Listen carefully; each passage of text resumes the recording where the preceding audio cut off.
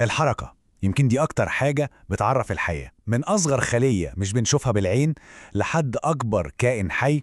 الحركة هي اللي بتقول بصوت عالي واضح أنا عايش. في الحقيقة هي دي أوضح علامة بنربطها بوجود حياة. يعني لما بنشوف أي حاجة بتتحرك، أول حاجة بتيجي في بالنا على طول إن ده كائن حي. بس السؤال هنا، كل الحركة والنشاط ده بيبدأ منين بالظبط؟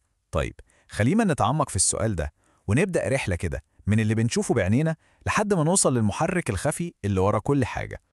تمام، خلينا نبدأ بأكتر حاجة واضحة لينا كلنا، حركة الكائن الحي كله على بعضه في المكان اللي عايش فيه.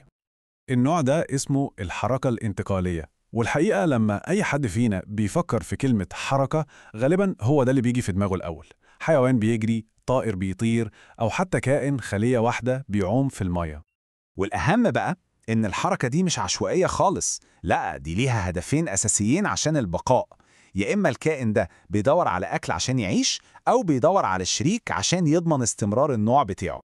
طيب، عشان الحركة دي تحصل الموضوع محتاج سيستم متكامل.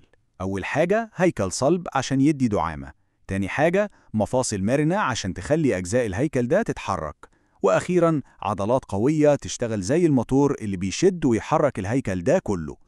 بس لحظة، هل معنى إن الكائن ده وقف حركة إن كل أشكال الحركة جواه وقفت هي كمان؟ الإجابة طبعاً لأ، وعشان نفهم ليه لازم نبص أقرب شوية على اللي بيحصل جوه. وهنا بقى بننتقل لمستوى أعمق من الحركة، عالم كامل من النشاط اللي شغال جوه جسم الكائن الحي حتى وهو باين من بره أنه ساكن تماما.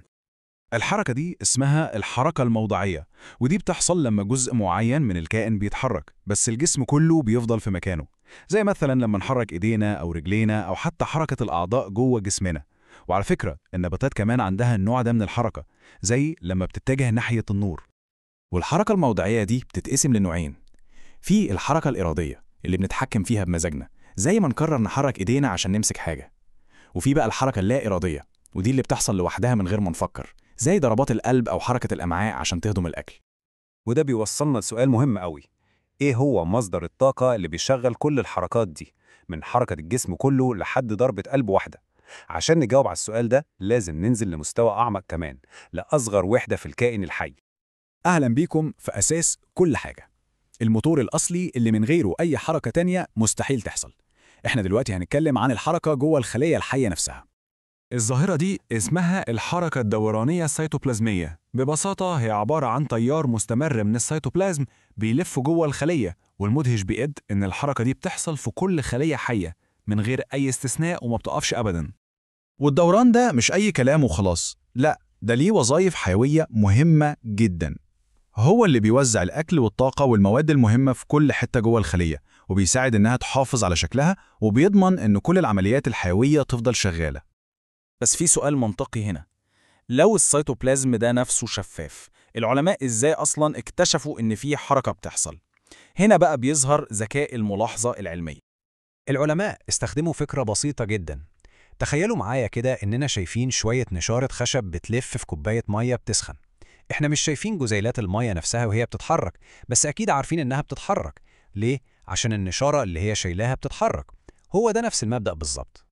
وده اللي بيورينا بذكاء ليه اختاروا البلاستيدات الخضراء في نبات زي الإيلوجيا بالذات.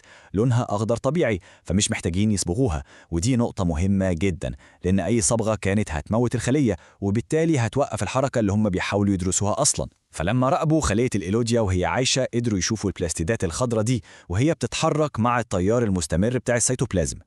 وهي دي النقطة الحاسمة في الموضوع كله، لازم الخلية تكون حية عشان نشوف الحركة دي. عشان كده أي كلام عن إننا ممكن نشوف حركة البلاستيدات في ورقة نبات مقطوعة ومصبوغة، فالكلام ده مستحيل، لأن الخلية ببساطة بتكون ماتت والحركة وقفت تماما. تمام، دلوقتي بعد ما شفنا أصغر مستوى للحركة، خلينا نرجع تاني للصورة الكبيرة عشان نشوف إزاي كل أنواع الحركة دي مرتبطة ببعض. الموضوع كله ماشي بتسلسل منطقي جدا. الحركة اللي جوه كل خلية هي اللي بتدي الطاقة للأعضاء زي القلب أو العضلات عشان تشتغل وتتحرك، وحركة الأعضاء دي هي اللي في الآخر بتخلي الكائن الحي كله على بعضه يقدر يتحرك ويتنقل من مكان للتاني.